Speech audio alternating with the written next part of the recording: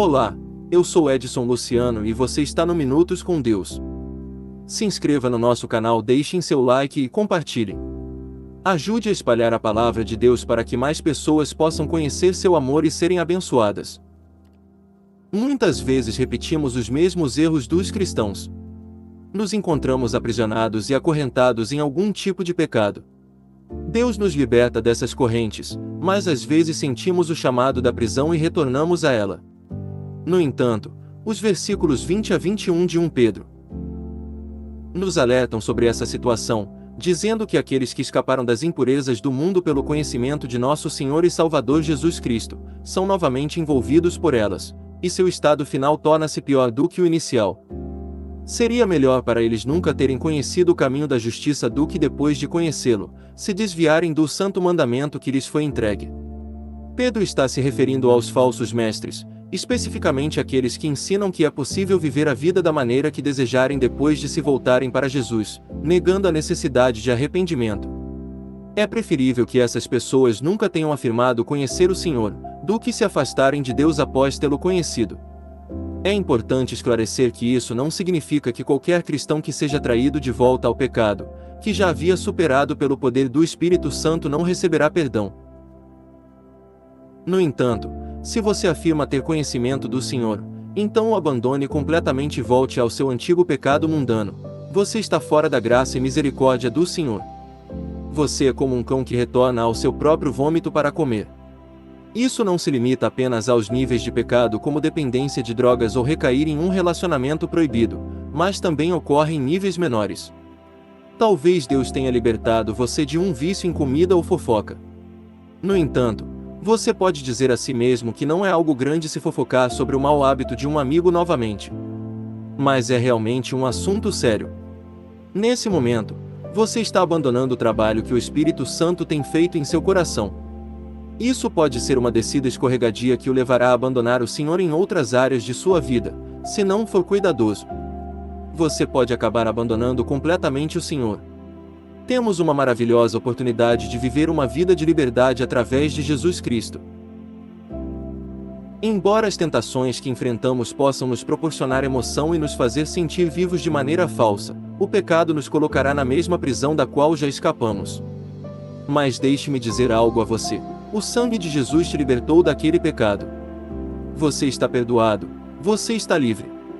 Não volte ao próprio pecado que destruiu sua vida no passado. Não volte a nada pelo qual você teve que orar para sair. Um teólogo chamado Martinho Lutero disse uma vez algo notável. Ele disse: "Eu segurei muitas coisas em minhas mãos e as perdi. No entanto, tudo o que eu tenha depositado nas mãos de Deus, ainda possuo." Reflita sobre o que está sendo dito aqui. Tudo o que esse homem tentou segurar e manipular, ele perdeu tudo. Ele não obteve sucesso, mas ele afirma que tudo o que ele colocou nas mãos de Deus, ainda possui. Em outras palavras, ele está dizendo que teve um sucesso maior na vida quando entregou as coisas nas mãos de Deus. E queridos amigos, é isso que eu quero encorajar você a fazer hoje. Entregue nas mãos de Deus. Isso significa orar a respeito, permanecer na palavra de Deus em relação a essa questão ou problema, jejuar e confiar em Deus para isso. Mas o mais importante é deixá-lo nas mãos do Mestre. E deixe-me dizer uma coisa: quando você toma as coisas em suas próprias mãos, está sendo desobediente a Deus, porque a Bíblia diz para confiar no Senhor de todo o seu coração e não se apoiar em seu próprio entendimento. A tradução ampliada de 1 Pedro 5 versículo 7 diz para lançar todas as suas preocupações, ansiedades, inquietações e cuidados de uma vez por todas sobre Ele, pois Ele se preocupa profundamente com você e cuida de você com zelo. Além disso, Filipenses 4 versículos 6, 7 diz para não ficarmos ansiosos com nada, mas em tudo, por meio da oração e súplica com ação de graças, apresentarmos nossos pedidos a Deus. E a paz de Deus, que excede todo entendimento, guardará nossos corações e mentes em Cristo Jesus. Isso nos diz que, se houver algo que nos preocupa, devemos orar a respeito. Devemos tornar nossos pedidos conhecidos por Deus e deixá-los em suas mãos. Se há algo que está nos causando ansiedade, a Bíblia nos instrui a lançar todas as nossas preocupações sobre Jesus Cristo. Seja um problema com nossos filhos, um pecado específico com o qual estamos lutando, ou qualquer outra coisa, devemos lembrar que não devemos nos preocupar com nada. Em vez disso, devemos orar por tudo, dizer a Deus o que precisamos e agradecê-lo por tudo o que Ele fez. Somente assim, você e eu podemos experimentar a paz de Deus, que vai além de nossa compreensão. Sua paz guardará nossos corações e mentes enquanto vivemos em Cristo Jesus. Eu quero lhe dizer uma coisa: se você já orou para que Deus o tirasse de uma determinada situação, não volte a ela. Se você orou para que Deus o libertasse de um ambiente tóxico ou instável, não volte a ele. Se houver algo que você pediu a Deus para te livrar e Ele o fez, não volte para aquela mesma coisa que antes o mantinha em cativeiro. Não retorne a nada pelo qual você teve que orar para sair, e para aqueles que oraram por libertação ou liberdade, uma vez que você foi entregue, uma vez que você foi libertado, desenhe uma linha lá e se recuse a voltar, se recuse a olhar para trás. Digamos que você estivesse em um relacionamento pecaminoso. Então, você orou e orou pela força para sair desse relacionamento. Foi difícil porque você realmente amava essa pessoa, mas você sabia que não era um relacionamento no qual o Senhor gostaria que você estivesse. Eventualmente, pelo poder do Espírito, você teve força suficiente para sair desse relacionamento. Você está livre desse relacionamento há alguns meses e a vida está indo muito bem. No entanto, você começa a sentir o desejo de reiniciar um relacionamento com essa pessoa. Deus está chamando você para fugir. Por que voltar para a mesma coisa pela qual você orou para que Deus te libertasse? Embora esse desejo possa parecer bom por um tempo, no final, isso levará à destruição. Você está flertando com a escravidão ao ceder a esse desejo maligno. Ao fazer isso, torna-se mais fácil para você ceder a outros desejos malignos no futuro. Eventualmente no final, você pode decidir se afastar completamente do Senhor.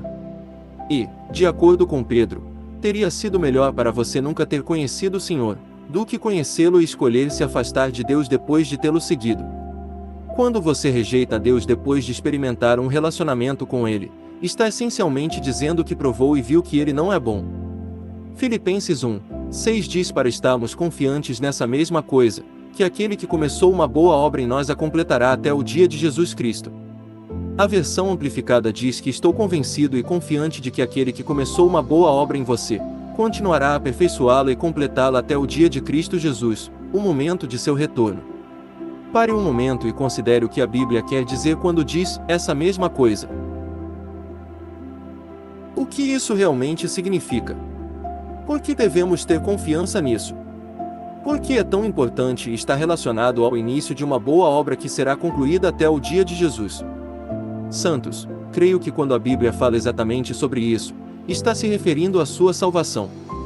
E a razão pela qual acredito nisso é porque, quando você é salvo e aceita Jesus Cristo em seu coração, não se desapega automaticamente da sua natureza pecaminosa. Você não se torna automaticamente uma pessoa perfeita que nunca fica com raiva ou chateada. Isso não é o caso. É preciso trabalhar em sua salvação buscando mais de Jesus Cristo, meditando em sua palavra, cultivando um relacionamento mais próximo com Ele e cedendo ao Espírito Santo.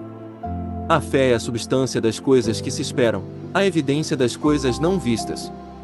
A fé é acreditar nas promessas de Deus. A fé é acreditar naquilo que os olhos físicos não podem ver. Deixe-me colocar dessa forma: a fé diz que não preciso ver fisicamente o sangue de Jesus para acreditar que estou protegido. A fé diz que não preciso ver fisicamente os anjos para acreditar na palavra de Deus, que me diz que o anjo do Senhor acampa ao redor daqueles que o temem. A fé diz que nem mesmo preciso ver o Espírito Santo para acreditar que ele possui poder e que ele é um consolador e um professor.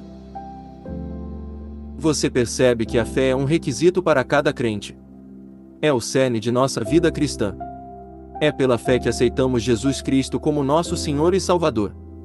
É também pela fé que vivemos nossa vida com alegria e contentamento, sabendo que há uma eternidade a ser desfrutada com o Pai Celestial. E talvez um dos versículos mais proeminentes da Bíblia sobre a fé seja Hebreus 11:6. Sem fé é impossível agradar a Deus, pois aquele que se aproxima de Deus deve crer que Ele existe e que recompensa aqueles que o buscam diligentemente. Você está firmado na fé. Você está vivendo pela fé. Você está caminhando pela fé. A fé é uma vida de ação baseada no que você acredita ser verdade. Por exemplo, a ação de não se preocupar é resultado de você ter fé de que Deus está no controle. A ação de não tentar consertar tudo também é resultado de você ter fé de que Deus está no controle. Jesus Cristo disse para não deixarmos nosso coração se perturbar. Por que ele disse isso? Porque ele quer que você tenha fé de que ele cuidará de todas as suas necessidades. Outra forma de entender ou definir a fé pode ser resumida da seguinte maneira: a fé é fazer a sua parte, que é confiar em Deus para fazer a parte dele. Sua parte é acreditar. Isso é tudo que você precisa fazer, e então você permite que Deus faça a sua parte. Sua parte é permanecer na palavra de Deus, na sua palavra que diz que nada é impossível com Deus. Então deixe-me perguntar: você está fazendo a sua parte? Você está acreditando? Você está confiando na soberania de Deus? Você está caminhando pela fé e não pela visão? Uma fé forte é resultado de conhecer e acreditar que Jesus Cristo não apenas ressuscitou dos mortos, mas também derrotou o diabo, venceu a morte e o inferno. Uma fé forte é cultivada e desenvolvida ao meditar na palavra de Deus. É quando não apenas lemos a palavra de Deus, mas a eternalizamos. Refletimos sobre ela e a consideramos profundamente. Vamos orar. Amado Deus, hoje, colocamos nossa fé em Tuas mãos. Ajuda-nos a confiar em Ti em todas as circunstâncias da vida. Fortalece nossa fé para enfrentar desafios, superar dúvidas e encontrar descanso em Tuas promessas. Que nossa fé seja um testemunho vivo do Teu amor e fidelidade. Em nome de Jesus, amém.